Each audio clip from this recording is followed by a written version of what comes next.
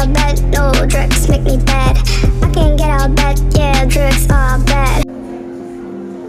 Baik semuanya, Assalamualaikum warahmatullahi wabarakatuh. Waalaikumsalam warahmatullahi wabarakatuh. Selamat siang ibu-ibu dan pasien kita.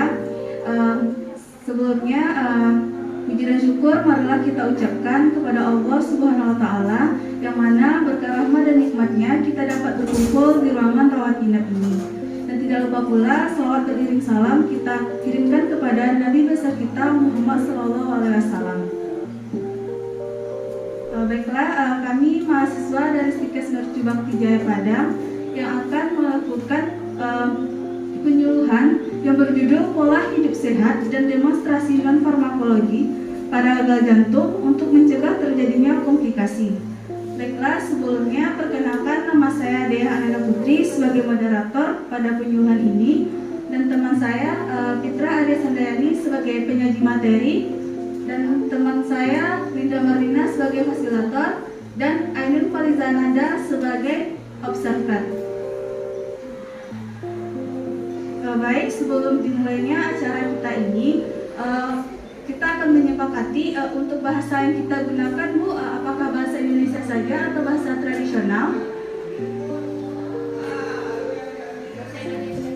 Oke, Bu, bahasa Indonesia ya, Bu. Sebelumnya kita sepakati dulu waktunya, Bu. Untuk penyuluhan ini ada sekitar 60 menit. Apakah Ibu setuju? Baik, selanjutnya kita langsung saja kepada penyaji materi ini ya. Kepada Fitra Arya Sandayani dipersilakan. Sebelumnya diharapkan ibu-ibu dan pasien untuk memperhatikan dengan baik. Dan sebelumnya kepada teman-teman disilakan untuk kembali ke tempat. Baik, silakan.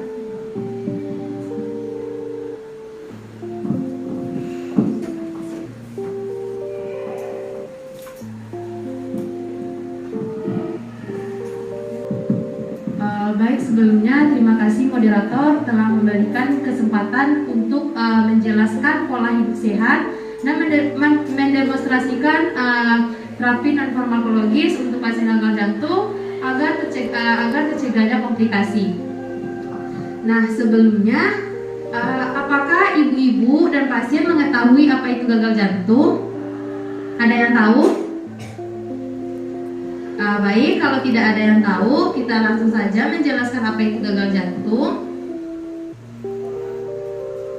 Gagal jantung adalah suatu kondisi fisiologis ketika jantung tidak dapat memompa darah yang cukup untuk memenuhi kebutuhan metabolisme untuk tubuh, ditentukan sebagai konsumen oksigen.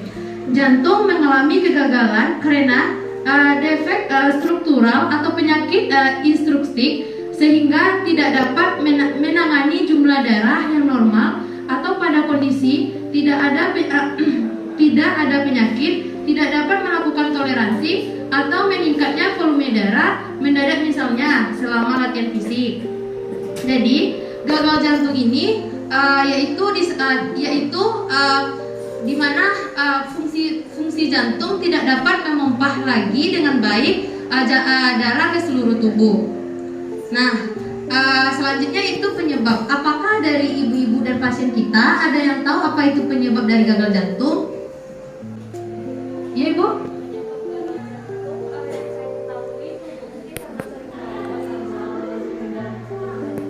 Baik Ibu, jawaban Ibu telah benar, tapi lebih tepatnya kita jelaskan lagi ya, Bu. Jadi penyebab dari gagal jantung ini yaitu disebabkan oleh kondisi yang melemahnya atau merusaknya miokardium. Jadi gagal jantung ini disebabkan oleh faktor yang berasal dari jantung, misalnya penyakit atau faktor patologis intrinsik, atau adanya faktor internal yang menyebabkan kebutuhan berlebihan dari jantung. Lalu ada juga loh, Bu, penyebab lain dari gagal jantung ini yaitu adanya usia, jenis kelamin, konsumsi garam berlebihan, seperti Ibu bilang tadi. Lalu selanjutnya keturunan, hiperaktif sistem saraf simpatik, lalu stres, obesitas, olahraga yang tidak teratur, lalu merokok yang ibu bilang tadi, betul sekali. Lalu konsumsi alkohol dan kopi berlebihan, hipertensi. Lalu selanjutnya yaitu penyakit jantung keturunan ibu. Lalu selanjutnya itu apakah ibu tahu apa saja komplikasi yang terjadi pada pasien gagal jantung? Baik, kalau ibu tidak tahu, di mana komplikasi gagal jantung ini, yaitu menurut Wijaya dan Putri, komplikasi gagal jantung ini ada 4 ibu, ada 4 ya bu, di mana yaitu adanya udem paru akut yang terjadi akibat gagal jantung kiri, shock kardiogenik akibat penurunan dari curah jantung dan peripheral jaringan yang tidak adekuat ke organ vital. Lalu yang ketiga yaitu episode trombolik, di mana itu akibatnya yaitu imunisasi pasien dan gangguan sirkulasi trombus dapat menyebabkan penyumbatan pada darah kita. Lalu selanjutnya itu adanya efusi perikardial dan temponal jantung, di mana masuknya cairan ke kantung perikardium. Cairan yang dapat meregangkan perikardium ini sampai ukuran maksimal, sehingga kardial output menurun dan aliran balik vena ke jantung, tampon jantung terjadinya bu. Baik, tadi adanya komplikasi pada pasien gagal jantung ini ya ibu-ibu. Jadi apakah ibu tahu pola hidup sehat seperti apa yang harus diterapkan oleh pasien gagal jantung ini? Iya baik ibu, seperti olahraga ya bu. Dan lebih jelasnya lagi, pola hidup sehat untuk mencegah komplikasi pada gagal jantung ini yaitu pertama itu berhenti merokok. Yaitu apakah ibu-ibu ada yang merokok? Kalau ada yang merokok, jadi mohon silakan kebiasaannya dirubah ya bu. Berhenti merokok bisa, karena merokok itu bisa membuat jantung dan pembuluh darah rusak. Jadi kebiasaan ini bisa meningkatkan detak jantung dan tekanan darah serta menurunkan kadar oksigen dalam darah. Jadi kan di dalam merokok itu kan ada nikotin bu. Jadi kalau kita merokok, nikotin itu tidak bisa dicerna ibu. Jadi terjadinya penyumbatan darah pada tubuh kita. Lalu selanjutnya yaitu pola hidup sehat yang kedua, yaitu memenuhi terapi pengobatan yang dirasakan oleh dokter, di mana berdasarkan studi yang dirilis melalui JAMA Internal Medics, hanya terdapat 52% pasien gagal jantung yang disiplin minum obat. Jumlah tersebut diperoleh dari 178,102 pasien gagal jantung di Amerika Serikat. Berarti bisa disebutkan bahwa pasien yang gagal jantung ini tidak disiplin dalam penggunaan obat yang dirasakan oleh dokter ya bu. Lalu selanjutnya itu temuan bahwa menggambarkan betapa sulitnya pasien gagal jantung memenuhi terapi pengobatan yang dirasakan oleh dokter. Jadi minum obat secara teratur itu merupakan salah satu kunci untuk mencegah komplikasi gagal jantung kiri. Jadi agar lebih mempermudah ibu-ibu untuk minum obat secara teratur, silakan buat alarm tersendiri. Lalu selanjutnya keluarga bisa memberikan peringatan kepada pasiennya agar selalu minum obat secara teratur. Selanjutnya yaitu yang ketiga yaitu pola makan sehat, di mana penderita gagal jantung ini wajib mengkonsumsi makanan sehat dan bergizi seimbang untuk mengelola penyakit maupun mencegah komplikasi yang ditimbulkan tadi. Yang komplikasi yang saya sebutkan tadi ya bu. Selanjutnya yaitu berdasarkan American Heart Association, mengidap penyakit gagal jantung dapat mengkonsumsi makanan seperti ini bu, yaitu makanan membatasi asupan nutrisi, lemak jenuh seperti alpukat ya bu, tuh alpukat itu banyak loh bu lemak jenuhnya. Lalu selanjutnya itu kolesterol dan gula. Wajib menghindari jenis makanan yang mengandung lemak trans dan menghindari makanan yang berlebihan adanya garam. Lalu selanjutnya yaitu memilih makanan bergizi tinggi seperti sayuran, buah-buahan, lalu protein tanpa lemak dan biji-bijian. Selanjutnya itu minum susu rendah lemak. Selanjutnya untuk pola hidup sehatnya yang keempat itu olahraga. Bagi penderita gagal jantung, olahraga secara rutin itu sangat penting. Aktivitas ini bertujuan untuk melatih kesehatan berjalan kaki yang temponya dipercepat seiring waktu.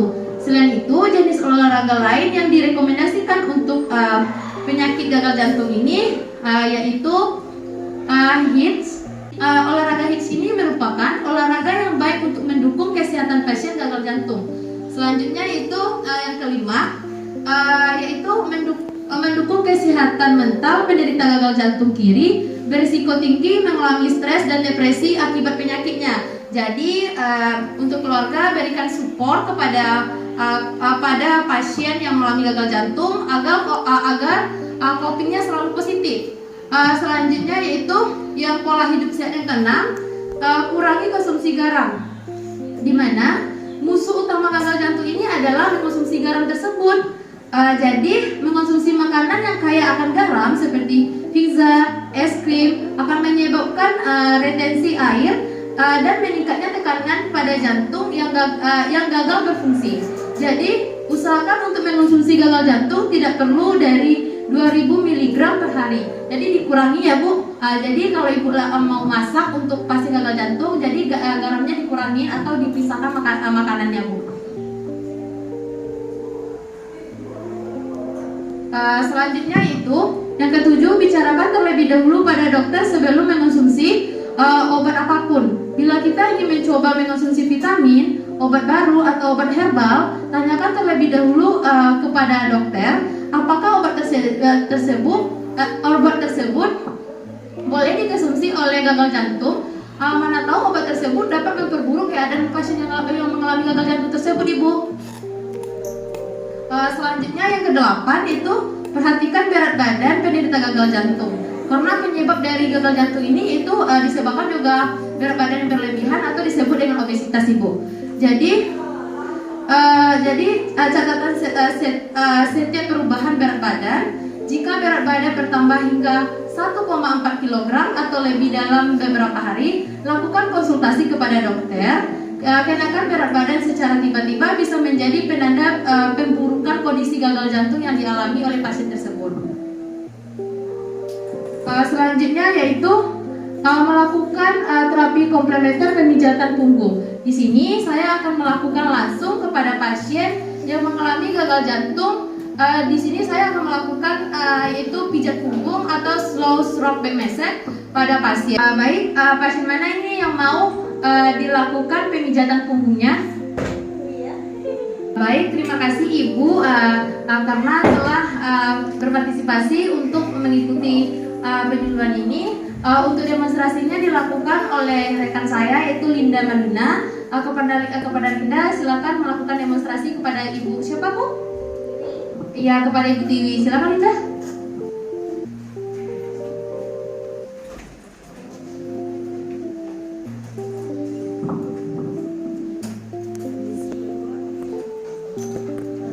Baik, itu pertama di mana perawat mempersiapkan alat, di mana alatnya itu ada lotion, ada tisu untuk membersihkan sisa lubrikasi pada punggung pasien. Selanjutnya karena pasien gagal jantung, jadi tidak diperlukan pemasangan handscoon.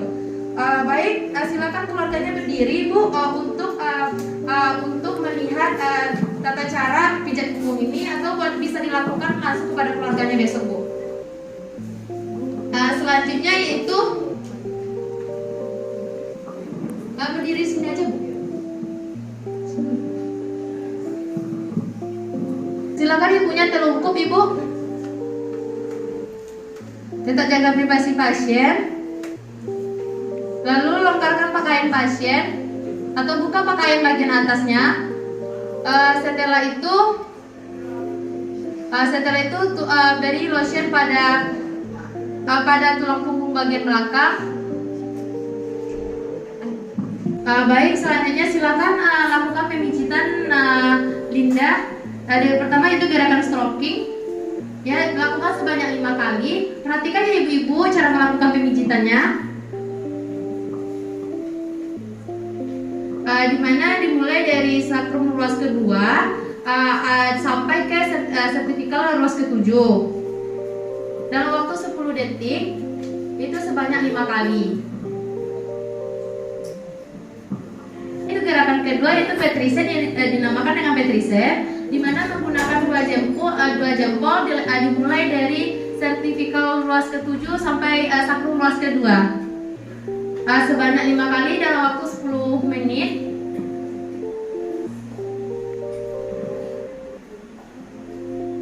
Apakah nyaman Bu atau nyeri?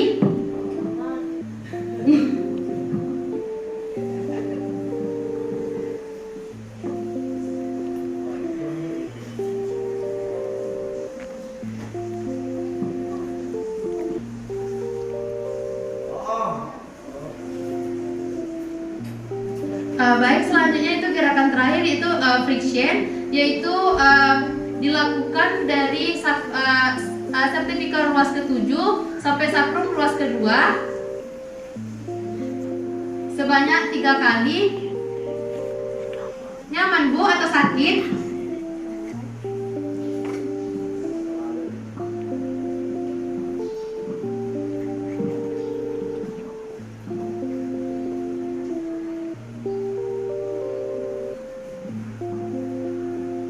Selanjutnya itu bersihkan sisa lubrikasi yang berada di punggung pasien.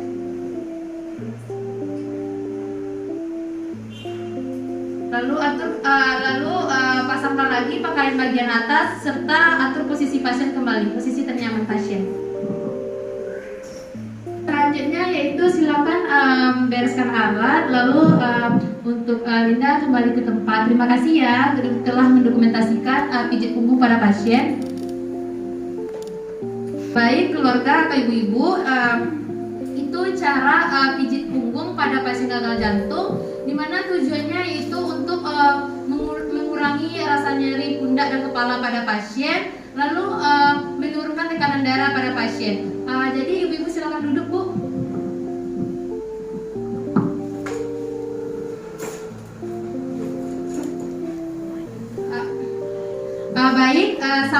Baik sampai di sini dulu penjelasan saya mengenai pola hidup sehat dan mendemonstrasikan pijit punggung pada pasien gagal jantung. Semoga apa yang saya sampaikan ini bermanfaat dan bisa ibu terapkan pada pasien gagal jantung, dan keluarga juga bisa melakukan pijit punggung itu kepada keluarganya.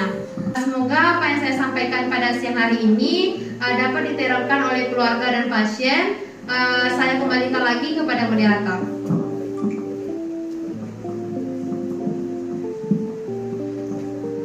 Baik, sebelumnya terima kasih kepada penyaji materi kita terkait materi pola hidup sehat dan demonstrasi pijat punggung untuk mencegah terjadinya komplikasi pada penyakit gagal jantung ini. Dan terima kasih juga kepada rekan saya yang telah itu Linda Marlina yang telah melakukan demonstrasi pada pasien langsung. Baiklah, untuk acara kita selanjutnya itu kita masuk ke dalam proses tanya jawab ya ibu-ibu. Terkait dengan materi ini, apakah ibu ada pertanyaan? Baik ibu, silakan sebutkan namanya Bu. Baiklah ibu, saya ingin bertanya, saya keluarga dari pasien, apakah ada kontraindikasi atau larangan untuk melakukan pemijatan ini Bu? Apakah boleh ke semua orang atau semua pasien atau ada larangannya Bu? Baik Bu, dengan Ibu Pioni yaitu keluarga dari pasien Ibu Tiri, pertanyaannya bagus sekali ya Ibu, itu terkait bagaimana kontraindikasi dari pemijatan punggung ini. Bagaimana Bu, apakah langsung saja kita jawab pertanyaannya? Silakan.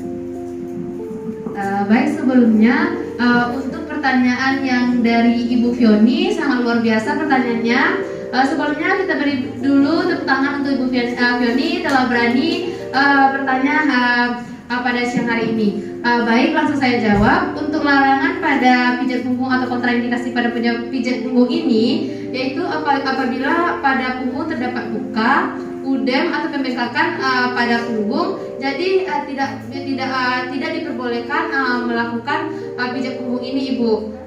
Mungkin cuma itu jawaban dari saya. Saya kembalikan lagi kepada moderator. Baik, sudah dijawab oleh rekan saya. Bagaimana? Apakah Ibu sudah paham dan mengerti? Baiklah, itulah acara penyuluhan kita ini. Baiklah, selanjutnya kita masuk ke dalam acara pembagian leaflet, yaitu kepada pasien dan keluarga pasien yang akan dibagikan oleh fasilitator kita, yaitu Linda Marlina.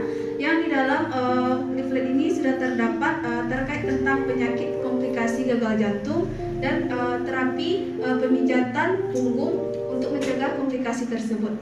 Silakan kepada Linda untuk membagikan leafletnya.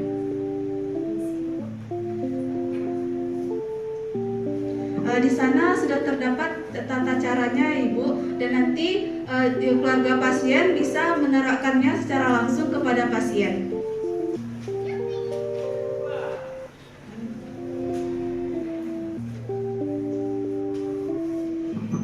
Baiklah, itulah penyuluhan yang kami lakukan terkait pola hidup sehat dan demonstrasi terapi pijat punggung pada penyakit gagal jantung untuk mencegah komplikasi. Baiklah, sekian dari kami. Jika ada kesalahan, kami tutup dengan Assalamualaikum warahmatullahi wabarakatuh.